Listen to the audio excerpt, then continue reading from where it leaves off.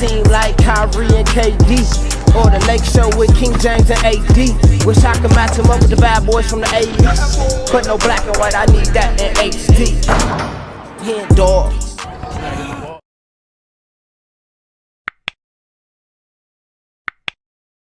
Yo, what's good, y'all? It's your boy HenDawgz, and we back to it. You know how we do it. This needs to stop. I'm not too sure what needs to stop, but I rock with all of Jimmy High Roller's videos, so it's only right that we react to this one. But before we do, let's go ahead and subscribe to the channel. We're on the way to 10K. You right there, you that's watching this video. Go ahead and subscribe, man. I promise you won't regret it. We got one of the best channels on YouTube right here. Now, if you like sports, specifically basketball, trust me, you're in the right place. So yeah, go ahead and hit that subscribe button, hit that like button. Go ahead and write something in the comments. Let me know how y'all feel about this video, and let me know what other videos y'all want me to react to. But yeah, let's get into this video. I think it's gonna have something to do with Kevin Durant demanding for a trade and Kyrie demanding for a trade or whatever. I don't know what Kyrie's demanding for something. I don't know what Kyrie's doing, but I think it got something to do with those. And if that's the case, I'm gonna have to disagree with Jimmy High Roller. But let's get into the video, man. I don't want to do too much talking before we got this needs to stop. Let's get it. Jalen Brunson's the best player in the NBA. Nobody, not a single soul, not even LeBron. Lakers fans everywhere. Huh? Curry's the goat of this generation. It's just too much. It's too much. Talk to me, Jimmy. I know you're gonna explain all these.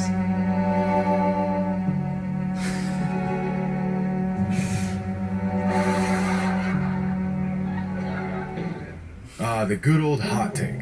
The necessary hot takes of the sports world. Through the good ones, the bad ones, and the downright atrocious ones. We once again find ourselves racking our brains, trying to figure out how some people come up with this nonsense. But today, I've done the brain racking for you, and found some of the hottest NBA takes on the internet. So, buckle up. This may be a bumpy ride. Before we get into it though, y'all just saw that question? Let me rewind it real quick. On the internet. Let me rewind that one right there. Is Steph Curry a top 10 player in NBA history? I'm going to say no. I don't think he's a top 10 player. He may be top 15, top 20. He top 5 I ever seen. And probably best point guard I ever seen. But top 10 player of all time, that's tough. But let me know what y'all think. So, buckle up. This may be a bumpy ride. This video is brought to you by Squarespace. Squarespace is an all-in-one platform for building. They ain't paying us though, so. Now that the NBA season is over, I did my reluctant but mandatory scrub through NBA social media in search for a new batch of hot takes. And to no surprise, what I found was downright appalling. Now, I'm no expert or anything, and I've definitely had my fair share of bad takes, but some of y'all should seriously have your accounts deactivated for the absolute tomfoolery y'all are posting on these pages. And after sifting through hundreds of takes, here's some of the best and worst that I came across. With rumors of Kyrie Irving leaving the Brooklyn Nets floating around over the past week, this first take speaks volumes to how I think a lot of NBA fans are feeling at the moment. And it might just be one of the best hot takes I've seen in a while. This NBA fan says that super teams and super team-ups bore him now. And I'm right there with him. After the renaissance of successful homegrown teams in the NBA over the last couple years, I don't know if I can take any more breaking news of 2 or more superstars potentially teaming up. I can't do it. And that's just the reports of these potential super teams. I don't know why. I feel like I'm so different. Like, I'm literally one of the anomaly when it comes to this joining superstar generation. Like, I feel like 90% of the people in the world hate it. They think it's ruining the league. There's no competitive nature behind it. But for some reason, I like it. I enjoy it. Like, it's entertaining. It's fun to me to see 2 to 3 of the top players in the league all playing together. Like, I think that's so cool to see. Like, these are players that we know. Like, we know that they're great enough to, score on their own.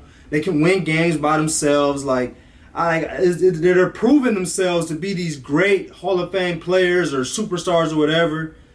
So to join together and like do something like that. Like, I don't know. I just give me video game vibes, and I enjoy video games.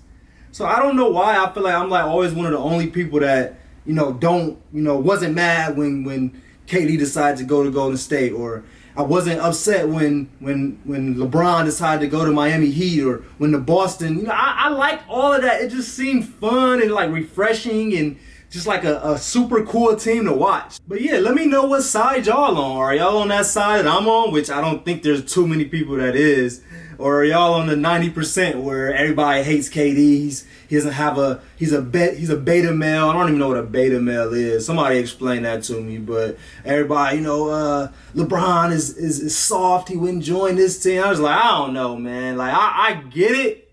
But at the same time, like, I don't blame these dudes. Like, it seems fun to me.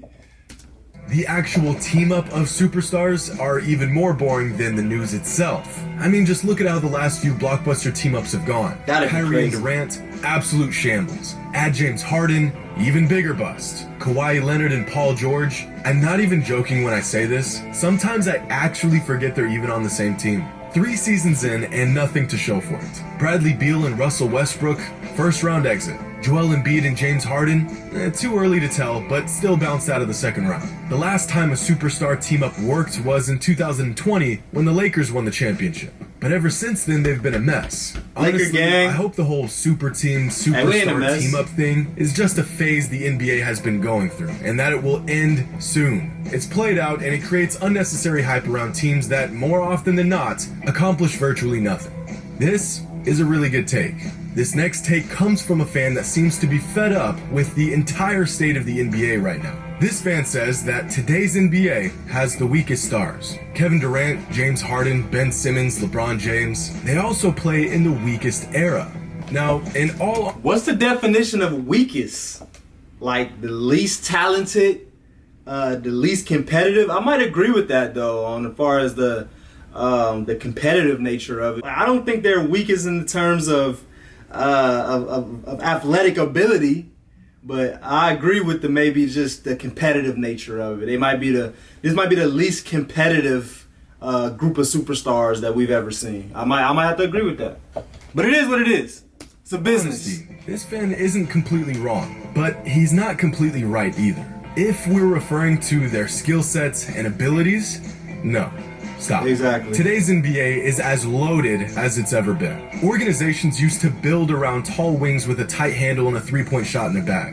Now they're just a dime a dozen. 25 years ago, if you could find a 7-footer who can shoot from outside 20 feet and not dribble the ball off their feet, they were a unicorn. Now those attributes are pretty much a requirement for most big men. It's just the natural progression of the game. Players use the generation before them as the blueprints and they build off of it. The league is so loaded right now that you've got first ballot Hall of Famers like Kevin Durant, Stephen Curry, Chris Paul, and LeBron James receiving virtually no regular season MVP votes. Just to make an All-NBA team, you have to put up a damn near 20-point double-double. This past season, Pascal Siakam barely squeaked into All-NBA third team, and the man averaged 23, 8, and 5 a game. That's crazy. 23, 8, and 5, and the man almost didn't make the cut.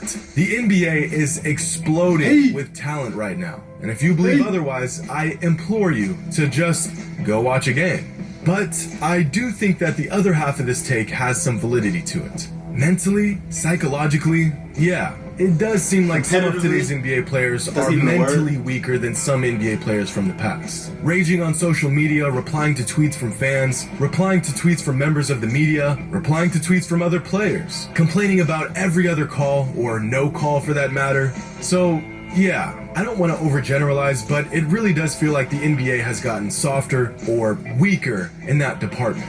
But let's be... And would y'all say it really got weaker, or is it just more access to see what these players are saying? Like all this stuff right here, John Morant tweeting, and Shaq on Instagram right here, CJ McCollum tweeting, just all these different media outlets. Like it wasn't that much going on back in the day. So it's obviously it's gonna seem like they're complaining more, and they're talking way more. Where they have more access to be able to we have more access to see what they're saying. But I don't know. Let me know. be honest. If Twitter existed in the 80s and 90s, you cannot convince me that guys like Shaq or Dennis Rodman or Gary Payton wouldn't clap back at fans. Dennis Rodman be all over Twitter. I just saw Shaq slam dunk a fan on Twitter the other day. So this take isn't bad, but it isn't good. That's why I would say it's kind of refreshing to see Giannis Antetokounmpo. He doing the thing. I mean, I was like skeptical because, you know, he couldn't make a jump shot free throw, but after what he did last year, he won me over. You know, I was, you know, because I know even like he wouldn't have been a force back in the days. Would or would not? Would or would not? He wouldn't have been a force.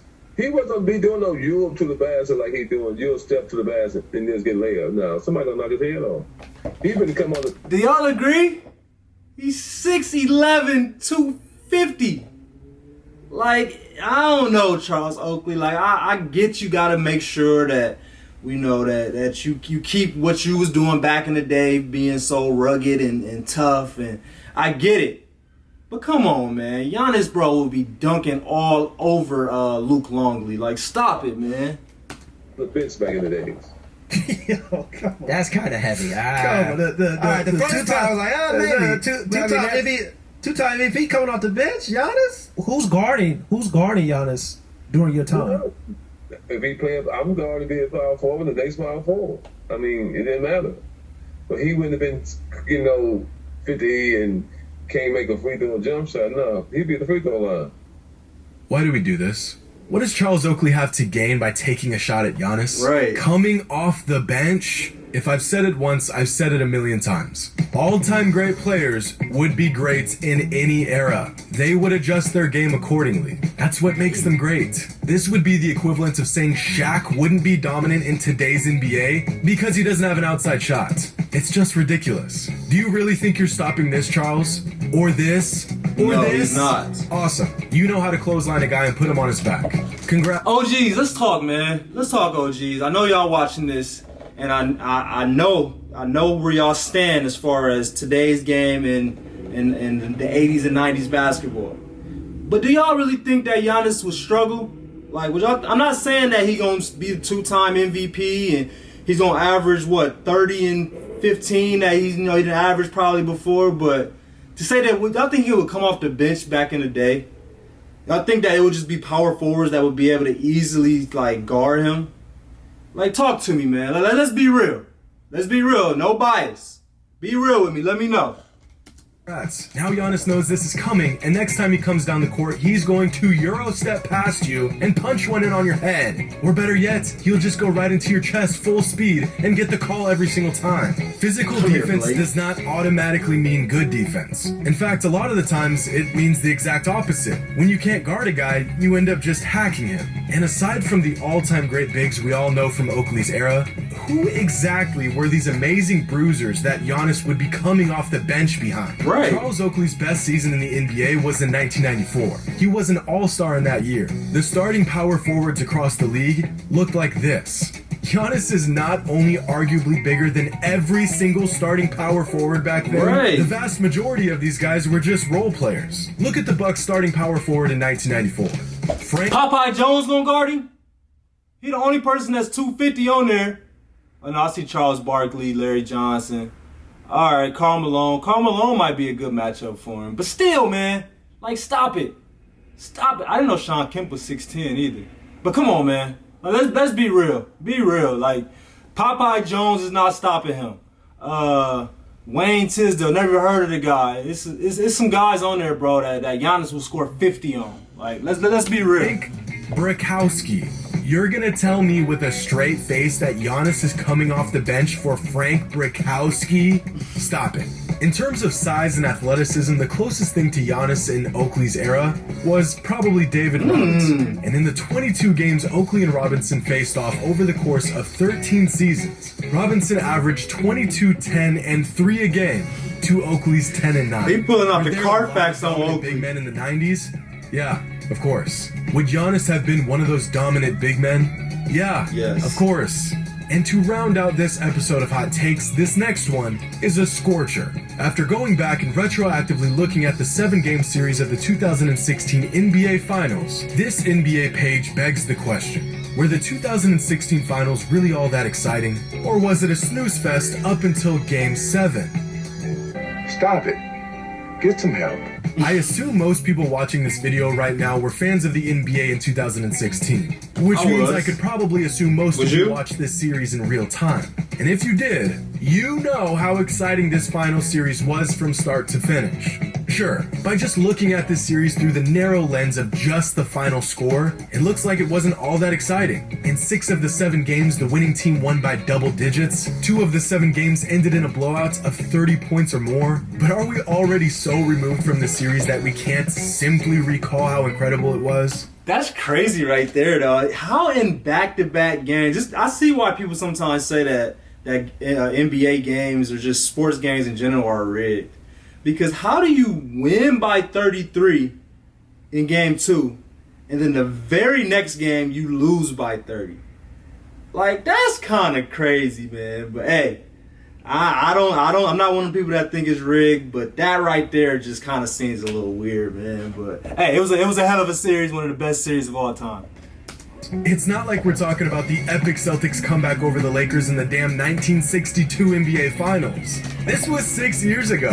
In Game 1, the Warriors won by a decisive 15 points. But going into the 4th quarter, this was a 6-point game. Games 2 and 3 were complete blowouts, but the fact that 2 teams could walk each other by 30 points in back-to-back games in the finals was a compelling subplot in itself. Once the Cavs won Game 3, it really brought life back into the series. Game 4 had 2 lead changes in the 4th quarter. It wasn't until about 4 minutes left in the 4th that the Warriors broke away from the Cavs. Game 5, by itself, had enough excitement to make this entire series a certified hardwood classic. Kyrie and LeBron both going for 41 points, Klay and Steph combining for 61, 6 minutes 39 seconds left in the 4th, and this was a 2-possession game. This doesn't look like a snooze fest to me. And from this point on, just the idea of a team coming back from a 3-1 deficit in the finals set the NBA world on fire. It is insane to even think they pulled this off even 6 years after the fact. And it was even more insane in the moment. This take might just go down in the Bad Take Hall of Fame. But unfortunately, that's all the racking my brain can handle in one sitting. Make sure to leave your NBA hot takes in the comments below. Of course, the hotter, the better. Hope you all enjoy. And as always, until next time. Stay thirsty, my friends. That's what he was about to say. Shout out to Jimmy High Roller for another great video. I'm happy that what I thought the video was going to be about, it wasn't about the trades and all the, I mean, it had a little bit of that in there, but not really. It was more or less just saying we need to stop with these crazy hot takes. But I appreciate y'all for watching this video. Make sure y'all subscribe to the channel if y'all haven't already. Make sure y'all like this video if y'all like this video. And go ahead and write something in the comments. Let me know what's your hottest take. I want my comments in this video to be flooded with hot takes, man. I'm watching all of them. I'm gonna read them, and I'm gonna pin some good ones, and hopefully down the line that your hot take will come to life. But I appreciate y'all like always. We out.